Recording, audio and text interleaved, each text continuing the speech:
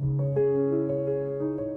the heart of Moscow, where the ancient Kremlin walls have witnessed centuries of Russian triumph and tragedy, there stands a modest building that once housed the Mariinsky Hospital for the Poor.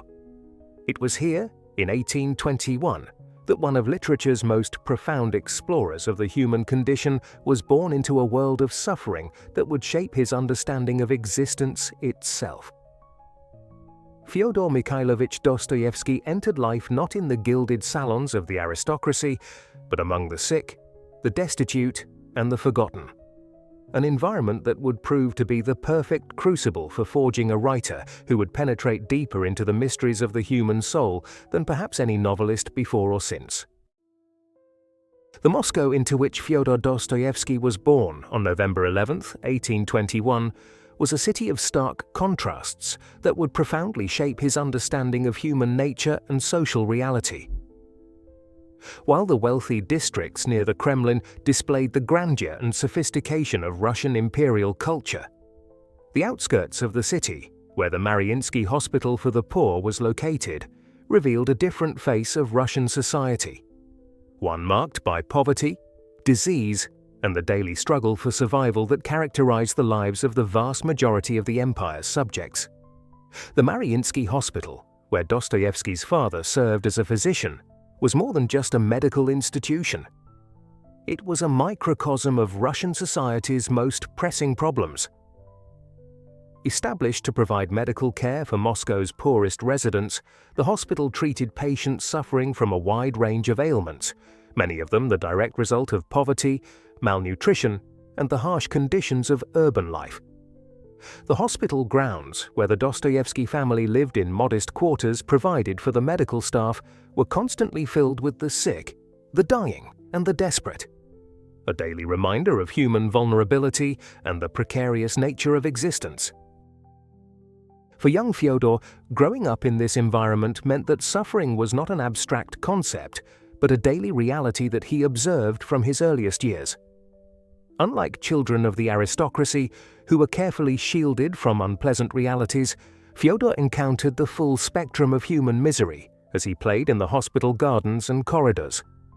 He saw patients in various stages of illness and recovery, witnessed the grief of families who had lost loved ones, and observed the dedication of medical staff who worked tirelessly to alleviate suffering despite limited resources and primitive medical knowledge.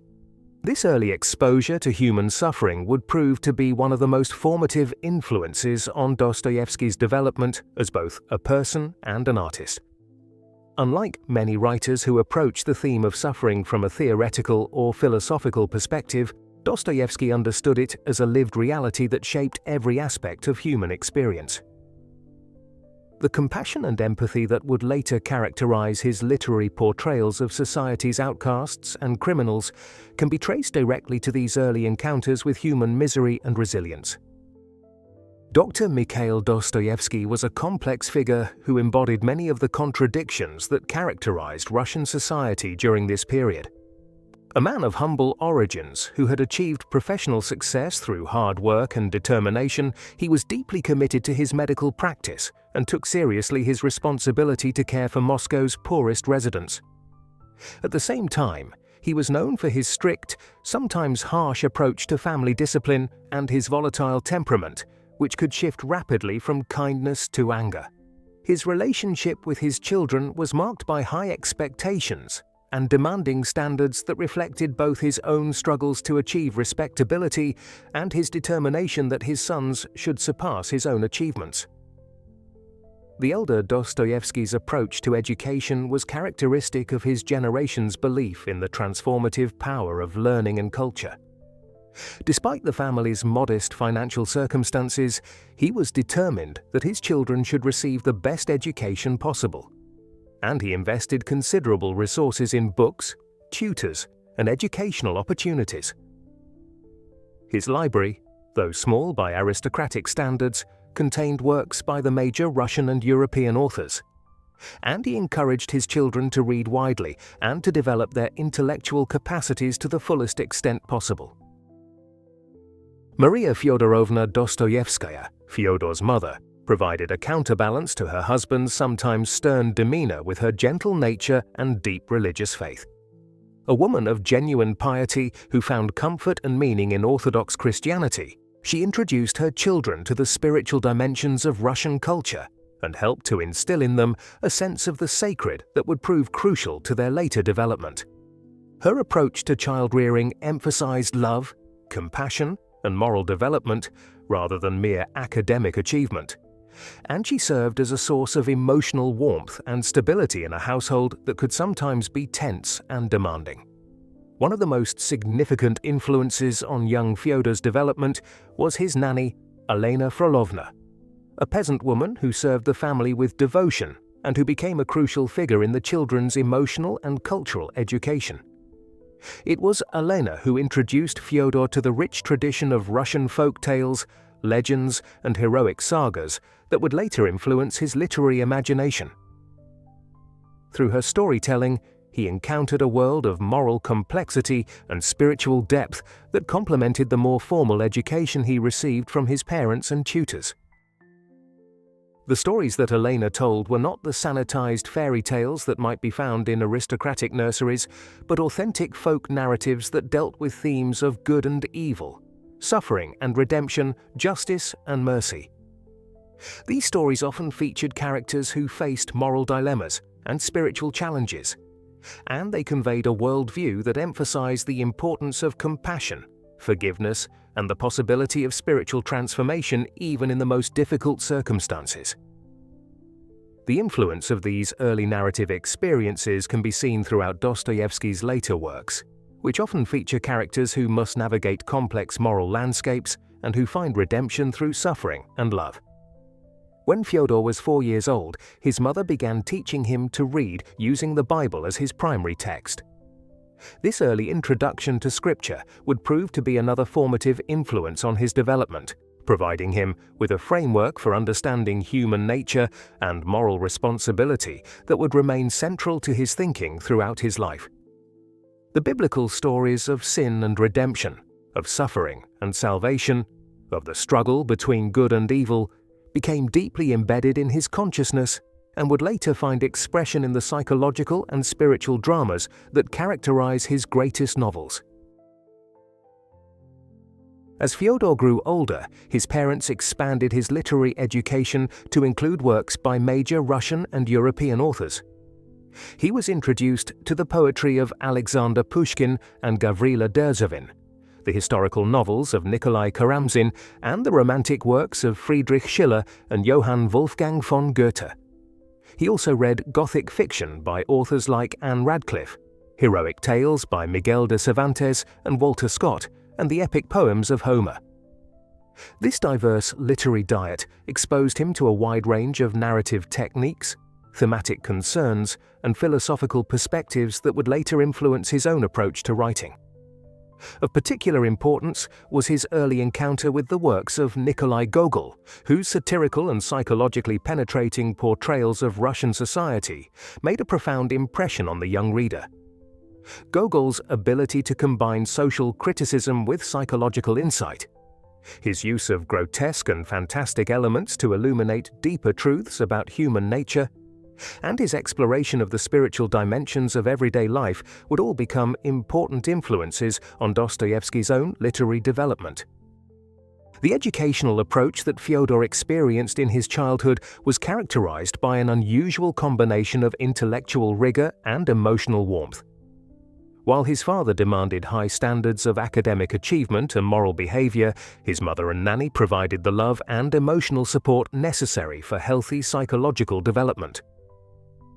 This balance between challenge and nurture helped to foster in Fyodor both the intellectual curiosity and the emotional sensitivity that would later characterize his approach to literature and life. However, Fyodor's childhood was not without its traumatic experiences, some of which would haunt him throughout his life and find expression in his literary works. One particularly disturbing incident occurred when he was 9 years old and was asked to fetch his father to attend to a young girl who had been by a drunk.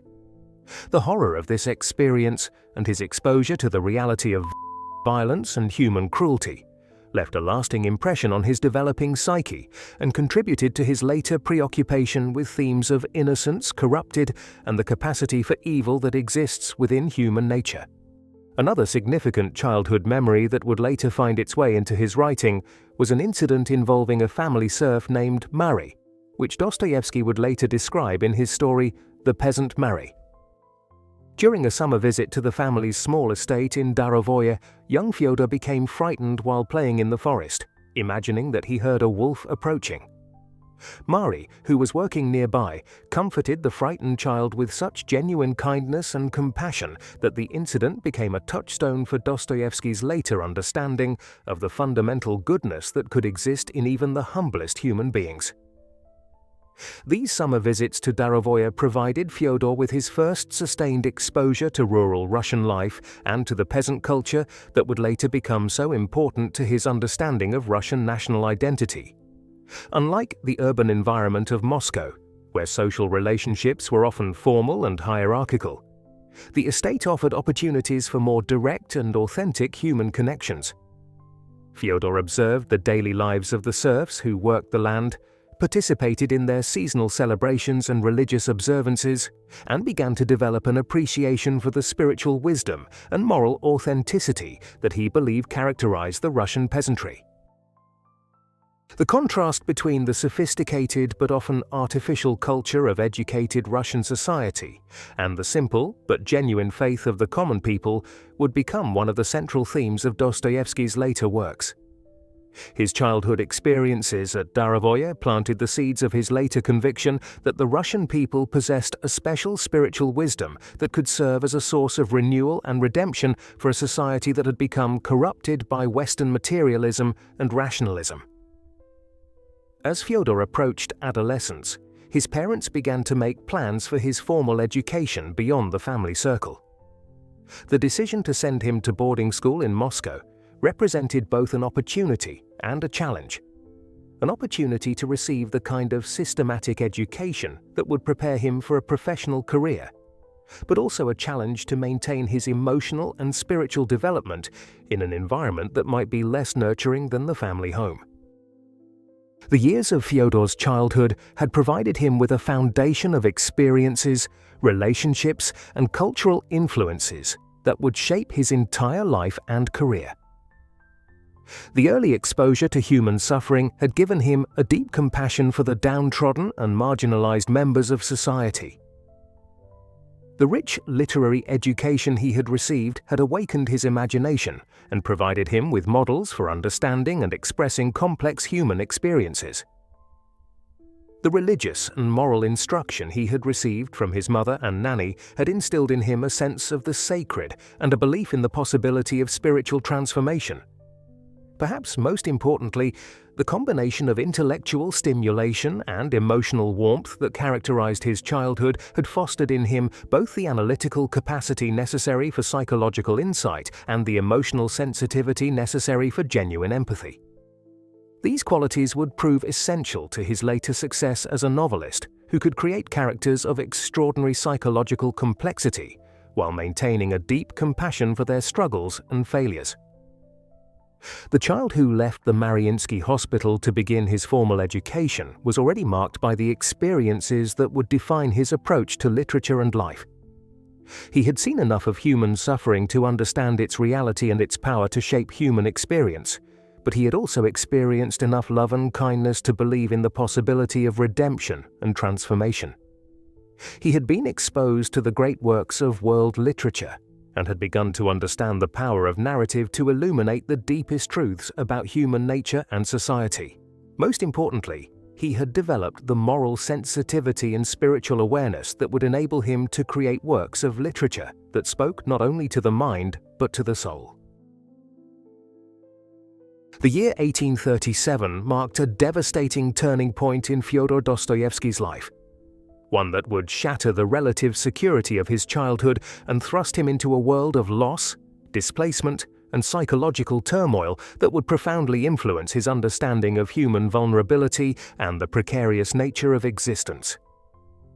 On February the 27th, 1837, When Fyodor was just 15 years old, his mother, Maria Fyodorovna, died of tuberculosis, the same disease that claimed so many lives in 19th century Russia, and that served as a constant reminder of mortality's proximity to even the most ordinary domestic life. The death of his mother represented far more than the loss of a beloved parent. It marked the end of the emotional warmth and spiritual guidance that had provided the foundation for Fyodor's psychological and moral development. Maria Fyodorovna had been the source of gentleness and compassion in a household that could sometimes be dominated by her husband's demanding and volatile temperament. Her deep Orthodox faith and her commitment to moral education had provided Fyodor with a framework for understanding suffering and finding meaning in adversity that would prove crucial to his later development as both a person and an artist. The timing of his mother's death was particularly traumatic because it coincided with Fyodor's departure from Moscow to begin his studies at the Nikolaev Military Engineering Institute in St. Petersburg, Petersburg. What should have been an exciting transition to a new phase of his education became instead a journey into exile and emotional isolation. The 15-year-old boy who boarded the coach for St. Petersburg was leaving behind not only his family home, but also the world of his childhood with all its securities and certainties, to enter an environment that would prove to be alien and often hostile to his sensitive and introspective nature. The Nikolaev Military Engineering Institute, where Fyodor would spend the next 6 years of his life, represented everything that was most rigid and authoritarian about Russian imperial education.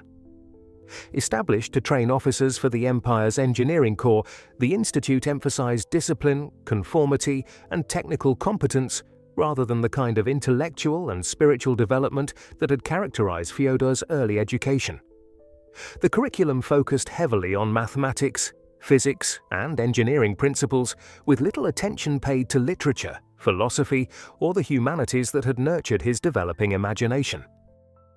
The social environment of the institute was equally challenging for a young man of Fyodor's background and temperament. Most of his fellow students came from aristocratic families with long traditions of military service and social privilege. They possessed the kind of easy confidence and social grace that came from generations of wealth and status, and they often looked down upon students like Fyodor, whose families had achieved their modest nobility through professional service rather than inherited privilege. The financial constraints that limited Fyodor's ability to participate in the social activities and entertainments that his wealthier classmates took for granted only intensified his sense of isolation and alienation. Fyodor's physical appearance and personality further set him apart from his peers.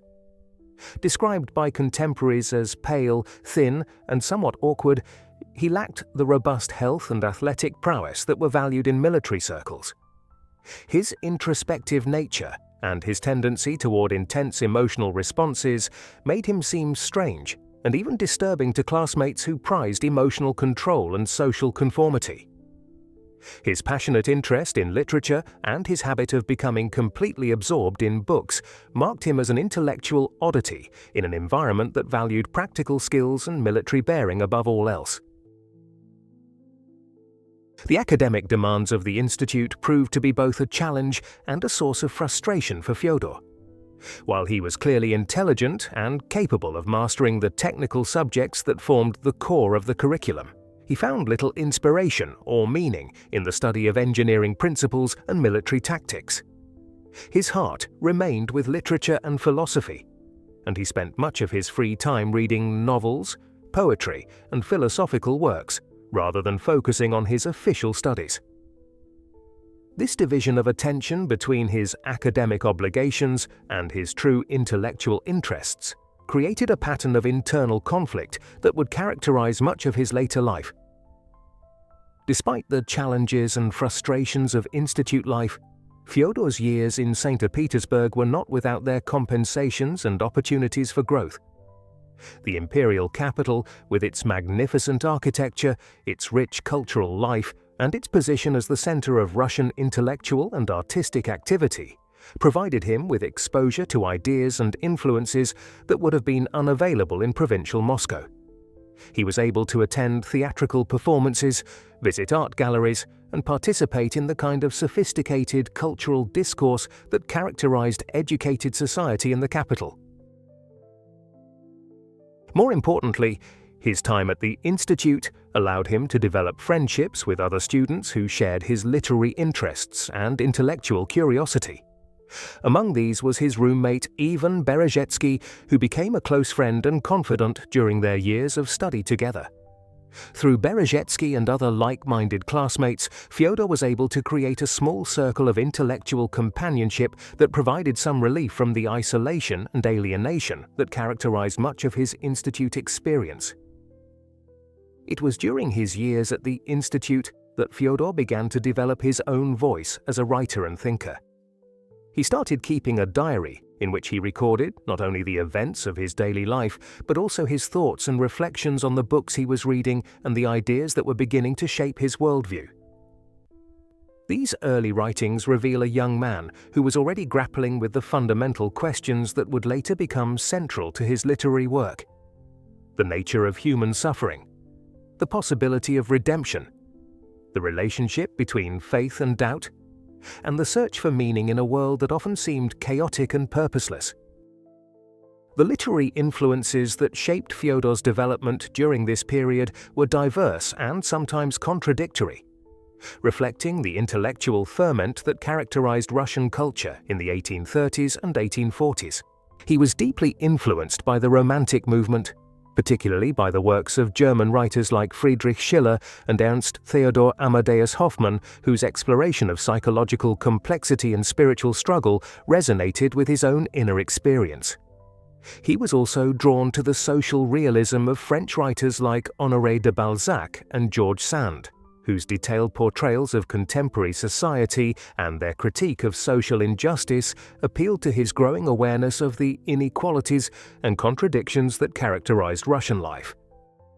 Perhaps most importantly, Fyodor's literary education during this period included a deeper engagement with Russian writers who were beginning to create a distinctly national literature that addressed the specific conditions and concerns of Russian society.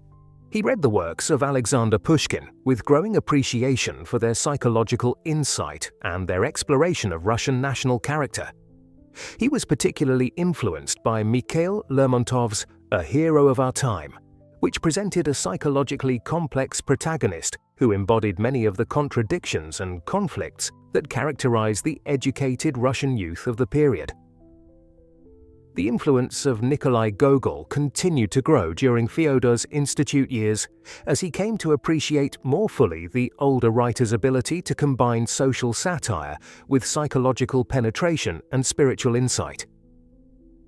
Gogol's Dead Souls and his short stories provided models for understanding how literature could serve as both entertainment and moral instruction, how it could expose social problems while also exploring the deeper questions of human nature and spiritual development.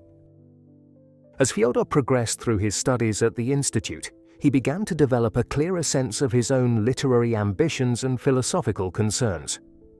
He started writing his own stories and sketches, experimenting with different narrative techniques and exploring themes that would later become central to his mature work. These early literary efforts were largely derivative, showing the influence of his reading rather than displaying any distinctive voice or vision, but they represented important steps in his development as a writer and thinker. The financial pressures that had always been a concern for the Dostoevsky family became more acute during Fyodor's years at the Institute. Dr. Mikhail Dostoevsky's income from his medical practice was modest, and the costs of maintaining his son at the prestigious military academy strained the family's resources. These financial difficulties created additional stress for Fyodor, who was acutely aware of the sacrifices his family was making for his education and who felt pressure to justify their investment through academic success and eventual professional achievement. The death of Fyodor's father in 1839, when the young man was 18 years old, created both emotional trauma and practical complications that would affect him for years to come. Dr. Dostoevsky's death was sudden and mysterious. Officially attributed to a stroke, but rumoured by some to have been the result of violence by disgruntled serfs on the family estate.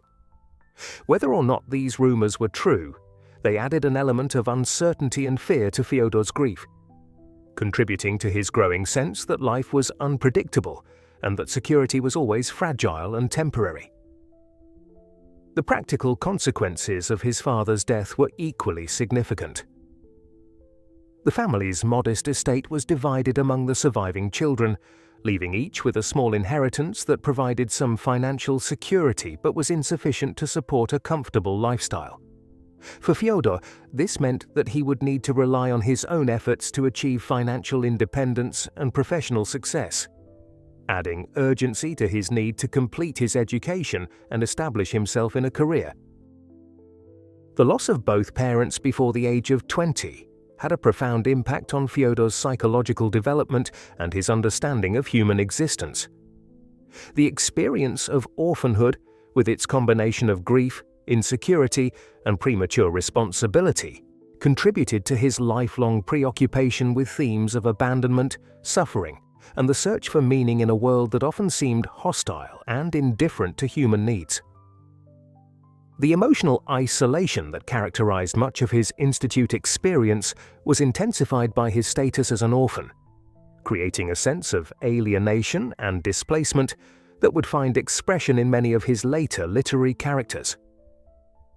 Despite these challenges and traumas, Fyodor's years at the Nikolaev Military Engineering Institute were also a period of significant intellectual and emotional growth. The exposure to new ideas and influences, the development of his literary interests and abilities, and the gradual formation of his own philosophical and artistic vision all contributed to his preparation for the literary career that lay ahead. The young man who graduated from the institute in 1843 was very different from the grieving 15-year-old who had arrived 6 years earlier. He had developed the intellectual sophistication and emotional depth that would enable him to create works of literature that explored the most complex and challenging aspects of human experience. The year 1844 marked a pivotal moment in Fyodor Dostoevsky's life when he made the audacious decision to resign his commission as a military engineer and dedicate himself entirely to the pursuit of literature. This choice, which seemed reckless to his family and friends, represented both an act of courage and a leap of faith that would ultimately transform him from an obscure provincial into one of Russia's most celebrated writers. However, the path from military service to literary success would prove to be far more difficult and dangerous than the young man could have imagined. The decision to leave the security of a military career was not made lightly. Fyodor had spent months agonizing over the choice, weighing his artistic ambitions against the practical necessity of earning a living and supporting himself in the expensive and competitive environment of St. Petersburg. His modest inheritance from his father's estate provided some financial cushion, but it was hardly sufficient to support the kind of lifestyle that would allow him to move in literary circles and dedicate the time necessary to serious writing. The choice to become a professional writer in 19th century Russia was particularly risky because the literary market was still relatively undeveloped, and few writers could support themselves entirely through their publications. Despite these practical concerns, Fyodor felt compelled to follow his artistic calling. The years at the Military Institute had convinced him that he was not suited for a conventional career in government service, and his growing confidence in his literary abilities made him believe that he might be able to achieve both artistic fulfillment and financial success as a writer. The examples of successful Russian writers like Alexander Pushkin and Mikhail Lermontov, who had achieved both literary fame and social recognition, provided inspiration and encouragement for his own ambitions. The early months of Fyodor's literary career were marked by financial struggle and social isolation that tested his resolve and forced him to confront the harsh realities of life as an independent artist. He rented a small, poorly furnished apartment in one of St. Petersburg's less fashionable districts and lived on a meager budget that allowed for few luxuries or comforts. To supplement his income, he took on translation work, rendering foreign novels and stories into Russian for publishers who paid modest fees for such services. This work, while providing necessary income, was often tedious and time-consuming, leaving him with limited energy and time for his own creative projects. It was during this period of struggle and uncertainty that Fyodor began work on his first novel, Poor Folk, a story that would not only launch his literary career but also establish many of the themes and concerns that would characterize his mature work. The novel, written in the form of an exchange of letters between two impoverished residents of St. Petersburg, explored the psychological and social effects of poverty with a depth and compassion that was unprecedented in Russian literature. Unlike the romantic and idealized portrayals of the poor that were common in the literature of the period, Fyodor's novel presented poverty as a complex social and psychological phenomenon that affected every aspect of human experience. The protagonist of Poor Folk, Makar Devushkin, was a minor government clerk whose modest salary barely allowed him to survive in the expensive capital city. Through Devushkin's letters to his beloved Varvara, Fyodor explored the ways in which poverty affected not only material circumstances but also psychological well-being, social relationships, and moral development. The novel showed how economic insecurity could lead to feelings of shame, inadequacy, and social isolation, while also demonstrating the capacity for love, sacrifice, and moral nobility that could exist even in the most difficult circumstances. The writing of Poor Folk represented a significant development in Fyodor's artistic vision and technique. Unlike his earlier literary efforts, which had been largely imitative of established models, this novel displayed a distinctive voice and perspective that reflected his own experiences and observations. The epistolary form allowed him to explore the inner lives of his characters with unprecedented intimacy, while the focus on social and psychological realism marked a departure from the romantic and fantastic elements that had characterized much of his earlier writing. The completion of Poor Folk in early 1845 marked the beginning of one of the most dramatic and transformative periods in Fyodor's life. Through his friend, Dmitry Grigorovich, he was able to arrange for the manuscript to be read by Nikolai Nekrasov, a prominent poet and editor who was known for his commitment to social reform and his support for emerging literary talent. Nekrasov was so impressed by the novel that he immediately shared it with Vissarion Belinsky, the most influential literary critic in Russia and a figure whose approval could make or break a writer's career. Belinsky's response to Poor Folk was nothing short of ecstatic. The great critic, who had been searching for Russian writers who could combine artistic excellence with social consciousness, saw in Fyodor's novel the emergence of a new voice that could speak to the most pressing concerns of contemporary Russian society. Belinsky's famous declaration that "a new Gogol has been born" launched Fyodor into the higher circles of St. Petersburg literary society and established his reputation as one of the most promising writers of his generation. The publication of Poor Folk in Nekrasov's journal The Petersburg Collection in 1846 created a sensation in Russian literary circles and established Fyodor as a major new voice in Russian literature. Critics praised the novel's psychological insight, its social consciousness, and its innovative narrative technique, while readers were moved by its compassionate portrayal of the poor and its exploration of the human capacity for dignity and love in the face of adversity. The success of the novel brought Fyodor not only literary fame but also financial security, as publishers competed to secure his future works. However, the sudden fame and success that followed the publication of Poor Folk also brought new challenges and pressures that Fyodor was not entirely prepared to handle. The literary salons of St. Petersburg, where he was now welcomed as a celebrity, were sophisticated social environments that required skills and knowledge that his provincial background and military education had not provided.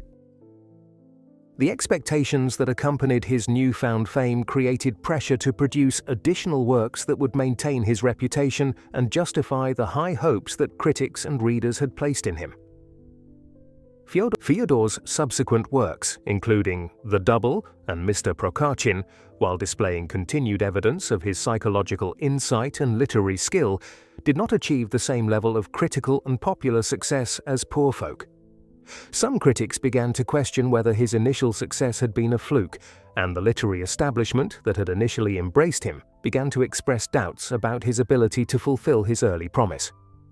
This experience of early success, followed by criticism and disappointment, would become a recurring pattern in Fyodor's career and would contribute to his lifelong sensitivity to critical opinion and his complex relationship with the literary establishment. It was during this period of literary uncertainty and social adjustment that Fyodor became involved with the Petrashevsky Circle, a group of young intellectuals who met regularly to discuss literature, philosophy, and social reform. The circle, which took its name from its founder Mikhail Petrashevsky, was one of many informal discussion groups that flourished in St. Petersburg during the 1840s, as educated Russians sought to understand and respond to the social and political changes that were transforming European society.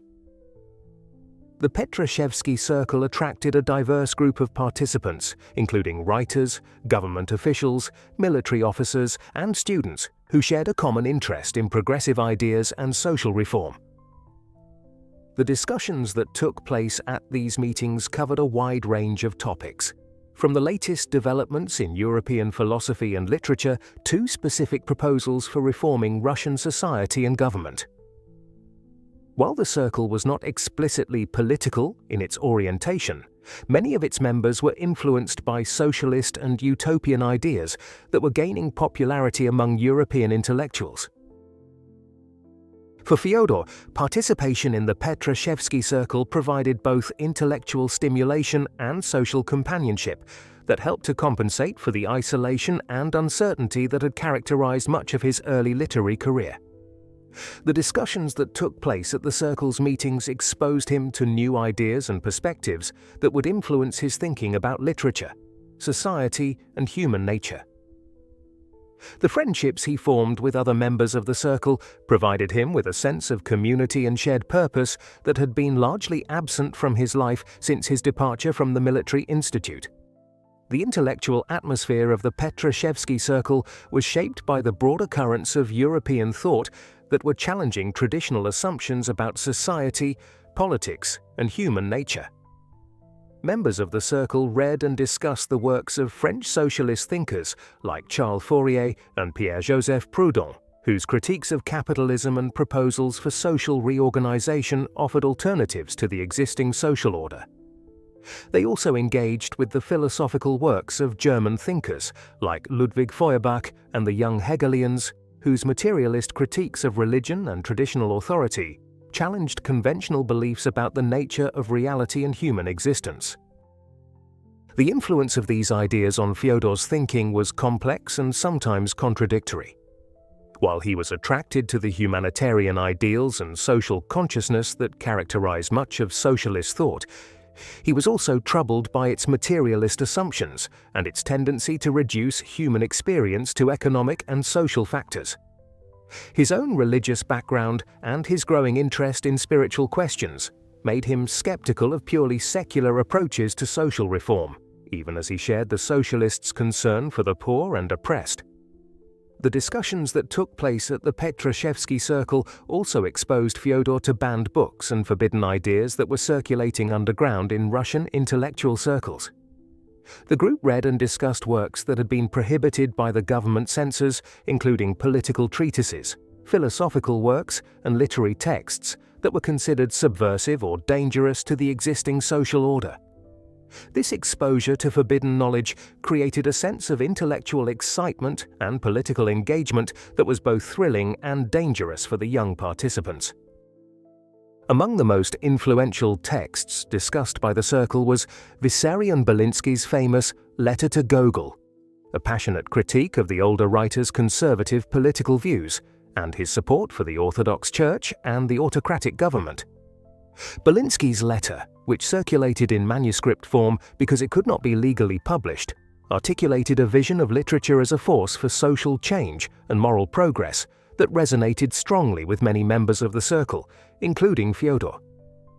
The political climate in Russia during the late 1840s was becoming increasingly repressive as the government of Tsar Nicholas I responded to the revolutionary upheavals that were sweeping across Europe.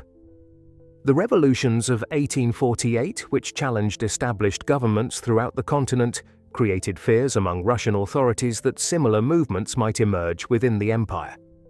The government responded by intensifying censorship, increasing surveillance of suspected dissidents, and cracking down on any activities that might be construed as politically subversive. It was in this atmosphere of growing political tension and government suspicion that the activities of the Petrushevsky Circle came to the attention of the secret police.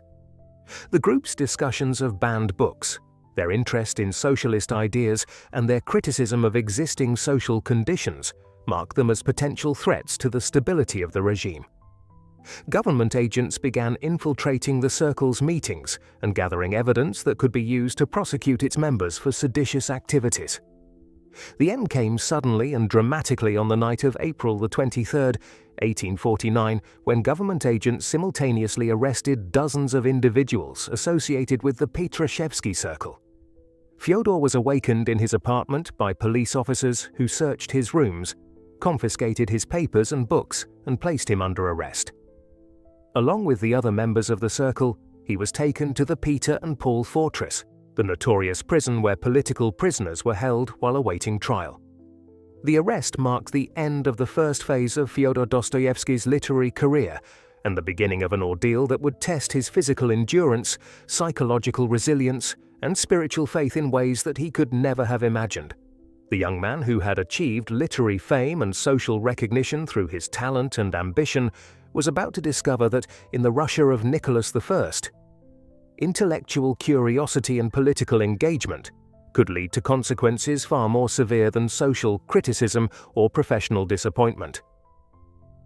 The months that followed his arrest would transform Fyodor from a promising young writer into a man who had confronted the ultimate questions of life and death, faith and despair, justice and mercy. The experiences that lay ahead would provide him with insights into human nature and the human condition that would inform all of his subsequent literary work and establish him as one of the most profound explorers of the human soul in the history of literature. The comfortable world of literary salons and intellectual discussions was about to give way to a much harsher reality that would test everything he believed about himself, his society, and his faith. The 8 months that Fyodor Dostoevsky spent in solitary confinement in the Peter and Paul Fortress represented one of the most psychologically devastating periods of his life. A time when the comfortable assumptions of his existence were stripped away and he was forced to confront the fundamental questions of human existence in their most stark and uncompromising form. The fortress, with its thick stone walls and damp, poorly lit cells, had served for more than a century as the place where the Russian government imprisoned its most dangerous political enemies. And the very architecture of the place seemed designed to break the spirit of those who were confined within its walls. Fyodor's cell was a small, cramped space with a single barred window that provided minimal light and ventilation. The isolation was nearly complete, with contact with other prisoners strictly forbidden and visits from family members or friends prohibited. The only human contact he experienced was with his guards, who were under strict orders to maintain silence and to report any unusual behavior or statements that might be construed as politically significant. The psychological impact of this isolation was intensified by the uncertainty about his fate, as prisoners were given no information about the charges against them or the likely outcome of their cases. The investigation that followed the arrests of the Petrushevsky Circle members was conducted with the thoroughness and ruthlessness that characterized the Russian secret police under Nicholas I. Government agents examined every piece of evidence that had been seized during the arrests, interviewed dozens of witnesses and informants, and constructed detailed profiles of each prisoner's political beliefs and activities. The goal was not simply to determine guilt or innocence according to existing laws, but to assess the degree of political danger that each individual represented to the stability of the regime. For Fyodor, the investigation focused particularly on his literary activities and his relationships with other members of the circle. The authorities were especially interested in his reading of Belinsky's letter to Gogol at one of the circle's meetings, an act that was considered particularly seditious because of the letter's explicit criticism of the Orthodox Church and the autocratic government. The fact that Fyodor was a published writer whose works had achieved some degree of public recognition made him a particularly valuable target for the government, which was eager to demonstrate that even successful and respected intellectuals were not immune from prosecution for political crimes. The psychological pressure of the investigation was intensified by the interrogation techniques employed by the secret police, which were designed to break down the resistance of prisoners and extract confessions or information about other suspected dissidents. Fyodor was subjected to repeated questioning about his political beliefs, his relationships with other circle members, and his knowledge of illegal activities or publications.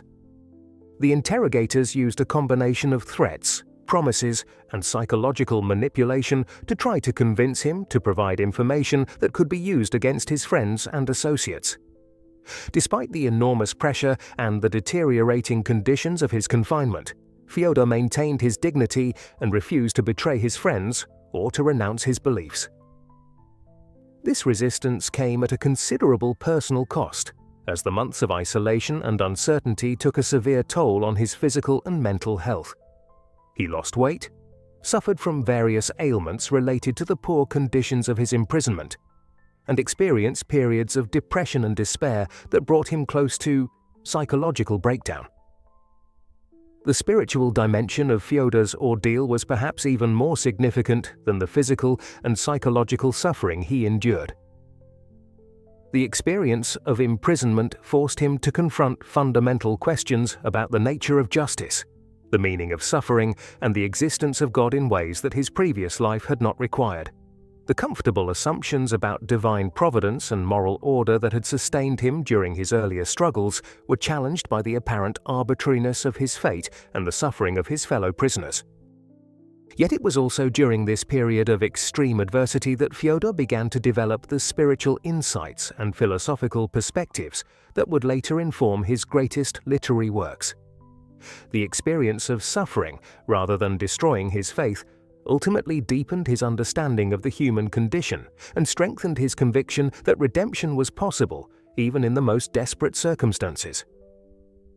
The isolation and despair of prison life became a kind of spiritual laboratory in which he explored the deepest questions of human existence and began to formulate the ideas that would later find expression in his novels.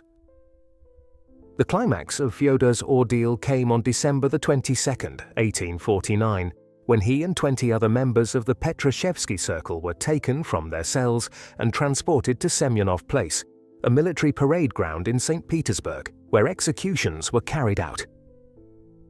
The prisoners were told that they had been sentenced to death by firing squad for their crimes against the state, and they were ordered to prepare themselves for immediate execution. The psychological impact of this announcement was devastating, as men who had spent months hoping for clemency or exile suddenly faced the prospect of imminent death. The execution ceremony was conducted with elaborate ritual and ceremony that seemed designed to maximize the psychological impact on both the condemned men and the spectators who had gathered to witness the event. The prisoners were dressed in white shirts and caps that symbolized their preparation for death, and they were arranged in groups of 3 before the firing squad. Fyodor was placed in the second group, which meant that he would be forced to watch the execution of his friends before facing his own death. As the first group of prisoners was prepared for execution, Fyodor experienced what he would later describe as the most intense and transformative moments of his life. Faced with the immediate prospect of death, he found that his consciousness became extraordinarily acute and focused, allowing him to experience each moment with unprecedented clarity and intensity. The ordinary concerns and anxieties that had dominated his thoughts during his months of imprisonment suddenly seemed trivial in comparison to the fundamental reality of his approaching death. The psychological and spiritual insights that Fyodor gained during these moments of extreme crisis would later find expression in some of the most powerful passages in his literary works.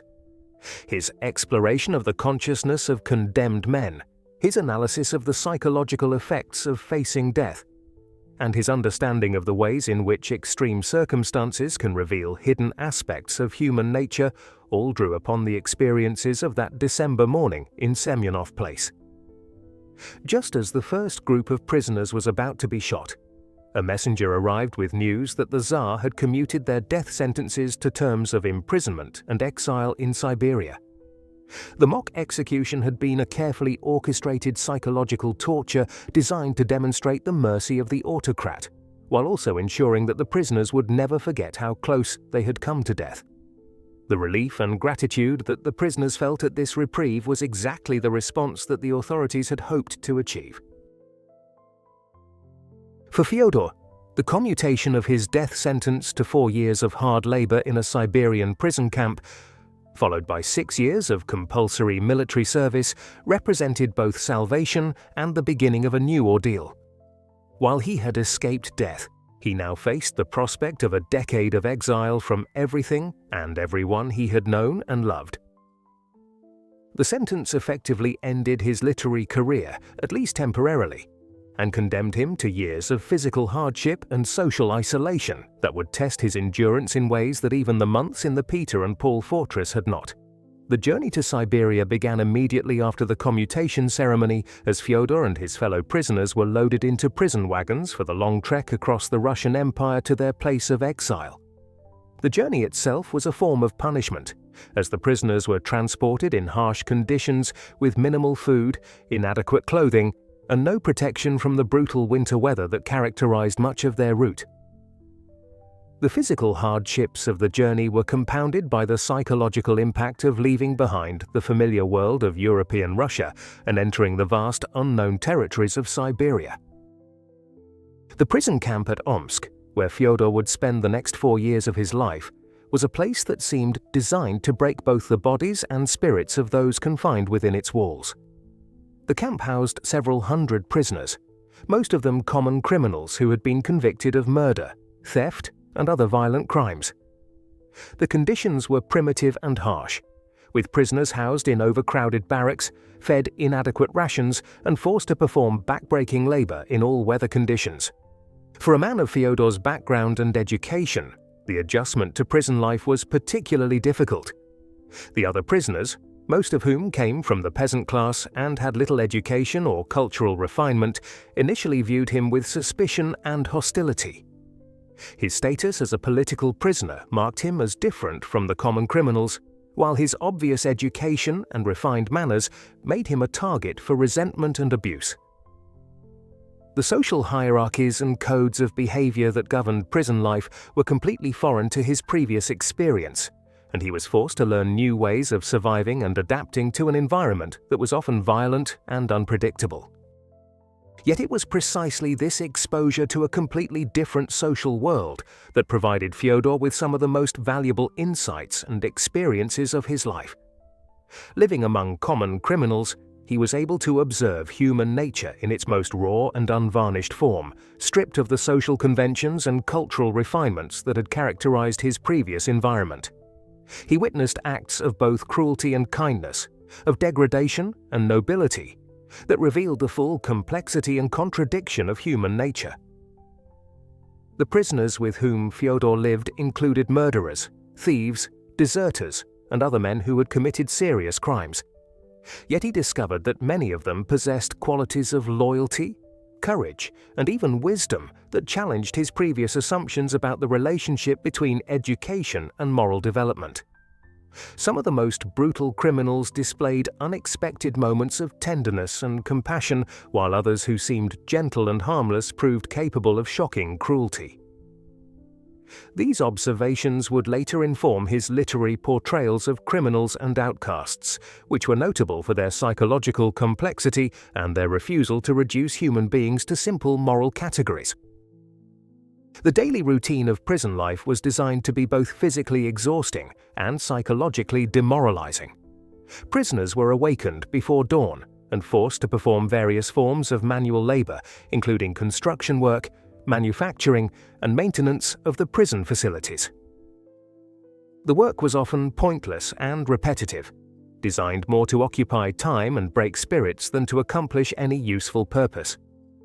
The guards were frequently brutal and arbitrary in their treatment of prisoners, using physical punishment and psychological intimidation to maintain order and discipline. Despite these harsh conditions, Fyodor gradually found ways to adapt and even to find meaning in his prison experience. He developed relationships with some of his fellow prisoners, learning to appreciate their stories and to understand the circumstances that had led them to their current situation. He also began to observe and analyze the social dynamics of prison life, noting how power relationships developed among the prisoners and how different individuals responded to the pressures and challenges of confinement. Perhaps most importantly, Fyodor's prison experience deepened his understanding of Russian Orthodox Christianity and its role in the lives of the common people. Many of his fellow prisoners, despite their crimes and their harsh circumstances, maintained a simple but profound faith that provided them with comfort and meaning in their suffering.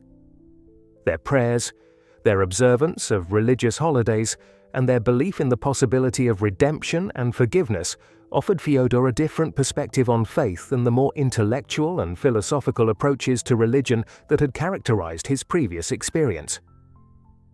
The influence of this exposure to popular Orthodox Christianity would be profound and lasting, shaping not only Fyodor's personal beliefs, but also his understanding of Russian national character and his vision of the role that faith could play in social and moral regeneration. The simple faith of the prisoners, with its emphasis on suffering as a path to redemption and its belief in the fundamental equality of all human beings before God, provided him with insights that would later find expression in his greatest literary works. The 4 years that Fyodor spent in the Omsk prison camp were followed by 6 years of compulsory military service in the Siberian town of Semipalatinsk, where he served as a private in a local garrison. While the conditions of military service were less harsh than those of the prison camp, the experience was still one of exile and social isolation that prevented him from returning to his literary career or resuming his place in educated Russian society.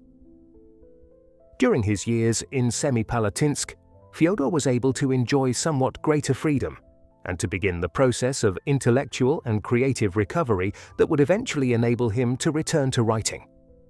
He was allowed to receive books and letters from friends and family, and he began to read extensively in literature, philosophy, and theology.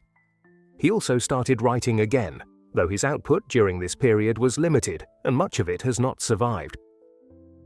It was also during his time in Semipalatinsk that Fyodor met and married Maria Dmitrievna Isaeva, a widow whose husband had died, leaving her with a young son. The marriage, which took place in 1857, provided Fyodor with companionship and emotional support during his years of exile, though the relationship was often difficult and troubled. Maria was a complex and sometimes unstable woman who suffered from various physical and mental ailments, and the marriage was marked by periods of conflict and unhappiness, as well as moments of genuine affection and mutual support. The decade of imprisonment and exile that Fyodor endured from 1849 to 1859 transformed him from a promising young writer into a mature artist and thinker whose understanding of human nature and the human condition had been deepened and enriched by experiences that few people could imagine surviving. The suffering he had endured, rather than destroying his creativity or his faith, had provided him with insights and perspectives that would inform all of his subsequent literary work and establish him as one of the most profound explorers of the human soul in the history of literature. When Fyodor finally received permission to return to European Russia in 1859, he was a very different man from the one who had been arrested 10 years earlier. The experiences of imprisonment, exile, and suffering had stripped away many of his earlier illusions and assumptions, but they had also provided him with a deeper understanding of human nature and a more profound appreciation for the possibilities of redemption and spiritual transformation. The stage was set for the next phase of his career, in which he would create the literary masterpieces that would establish his reputation as one of the world's greatest writers. The return of Fyodor Dostoevsky to St. Petersburg in December 1859 marked not only the end of his decade-long exile, but also the beginning of the most productive and influential period of his literary career. The man who stepped off the train in the imperial capital was profoundly changed by his experiences of imprisonment, exile, and suffering, carrying within him insights into human nature and the human condition that would soon find expression in some of the greatest novels ever written.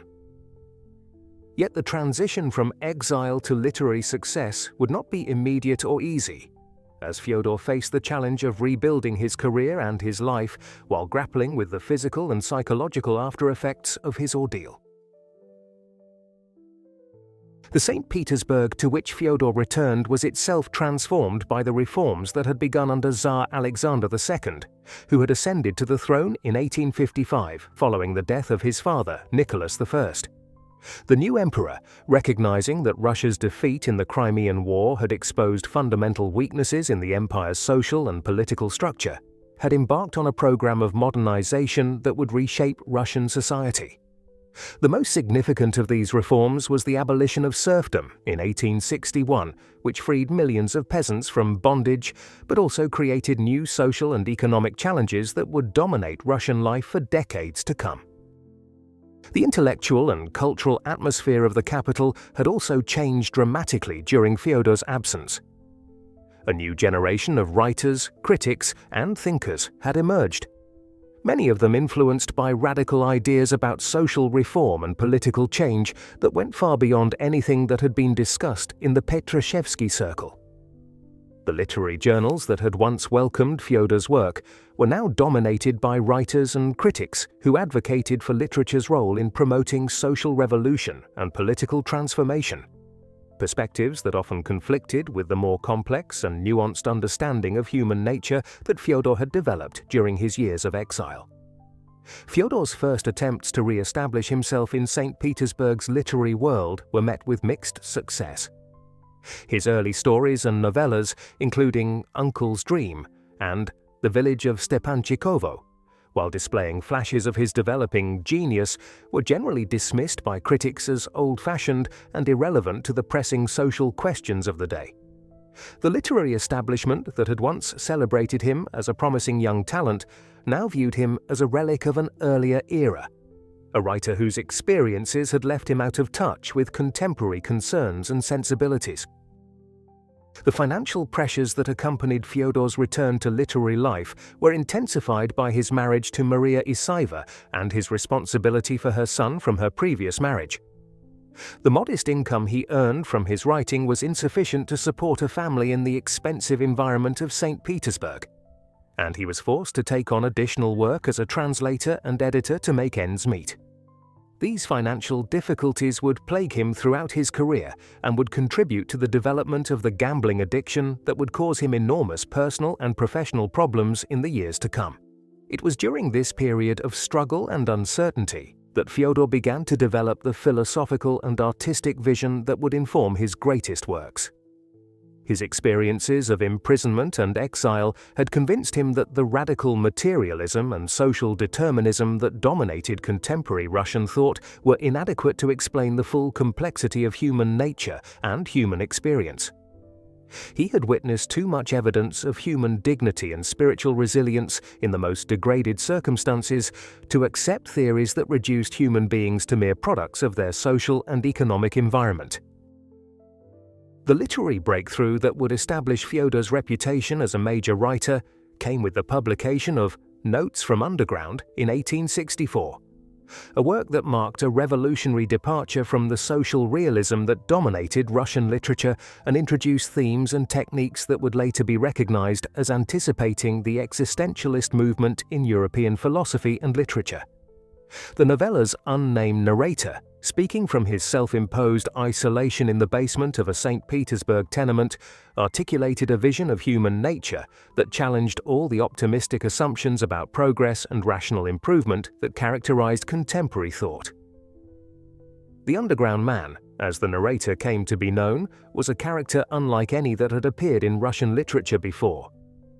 Intelligent but spiteful, educated but alienated, he represented a new type of literary protagonist who embodied the contradictions and conflicts that Fyodor believed were fundamental to human nature.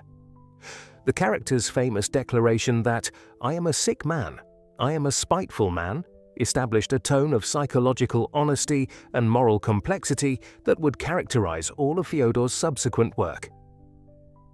The philosophical implications of Notes from Underground were profound and far-reaching.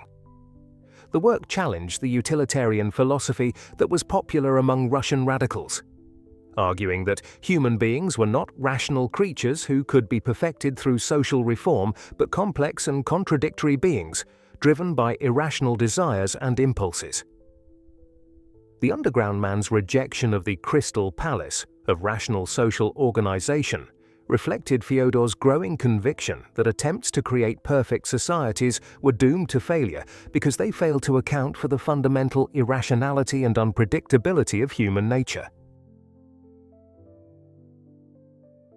The success of Notes from Underground established Fyodor as a writer of major importance and provided him with the confidence and recognition necessary to undertake the ambitious projects that would define the remainder of his career. The work's exploration of psychological complexity and its innovative narrative techniques influenced a generation of Russian writers and established many of the themes and concerns that would dominate his subsequent novels. The period from 1866 to 1881 saw the creation of Fyodor's four great novels, works that would establish his reputation as one of the world's greatest writers and that continue to be read and studied more than a century after their publication. Crime and Punishment, 1866, The Idiot, 1869, Demons, 1872, and The Brothers Karamazov, 1880, represent the culmination of his artistic development and the fullest expression of his philosophical and spiritual vision. Crime and Punishment, the first of these masterpieces, explored the psychological and moral consequences of murder through the story of Raskolnikov, a young student who kills an elderly pawnbroker in the belief that he is justified in taking the life of a worthless person for the greater good. The novel's exploration of guilt, suffering, and redemption drew directly on Fyodor's own experiences of crime and punishment, while its psychological realism and moral complexity established new standards for the novel as a literary form. The character of Raskolnikov embodied many of the themes and concerns that had emerged from Fyodor's own spiritual journey. Like his creator, Raskolnikov was a man who had to confront the consequences of his actions and to find a path to redemption through suffering and love.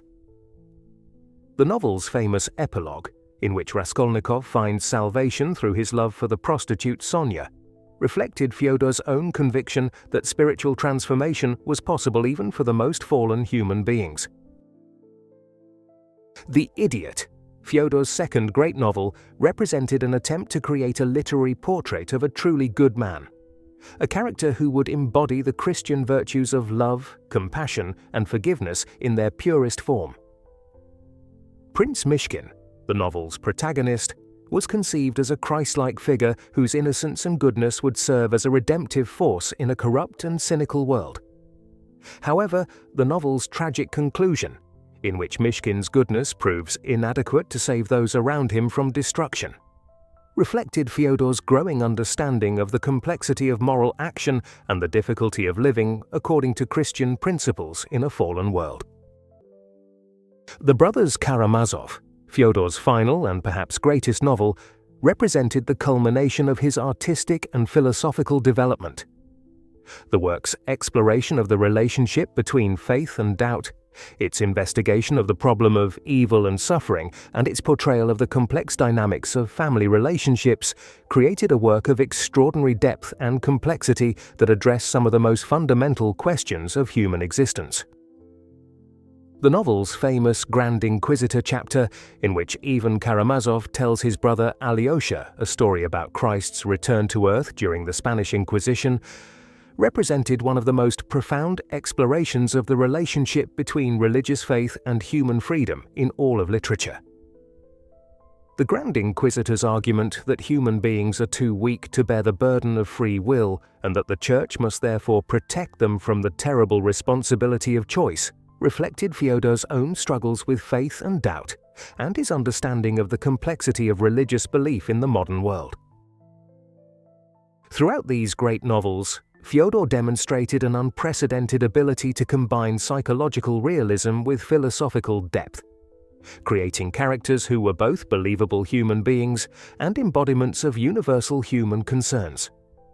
His exploration of the human capacity for both good and evil, his investigation of the relationship between suffering and redemption, and his portrayal of the struggle between faith and doubt established him as one of literature's most profound explorers of the human condition.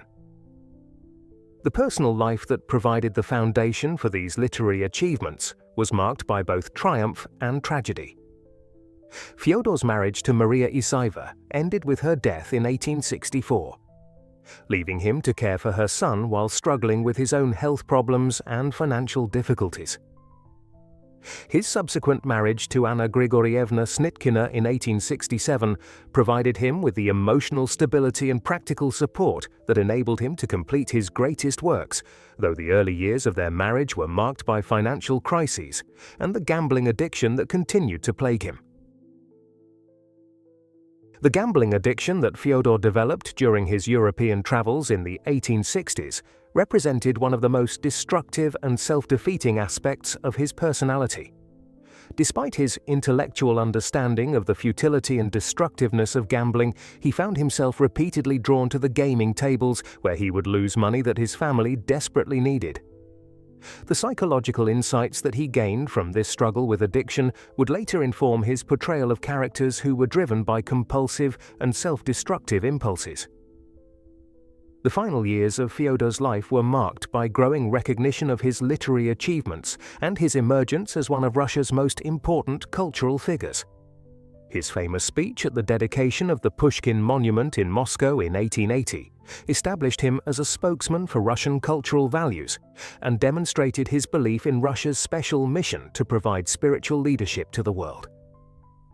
The speech's vision of Russian literature as a force for universal human understanding and reconciliation reflected his conviction that art could serve as a bridge between different cultures and peoples. Fyodor Dostoevsky died on February 9, 1881, at the age of 59, leaving behind a body of work that had transformed the possibilities of the novel as a literary form, and that had explored the deepest questions of human existence with unprecedented depth and insight.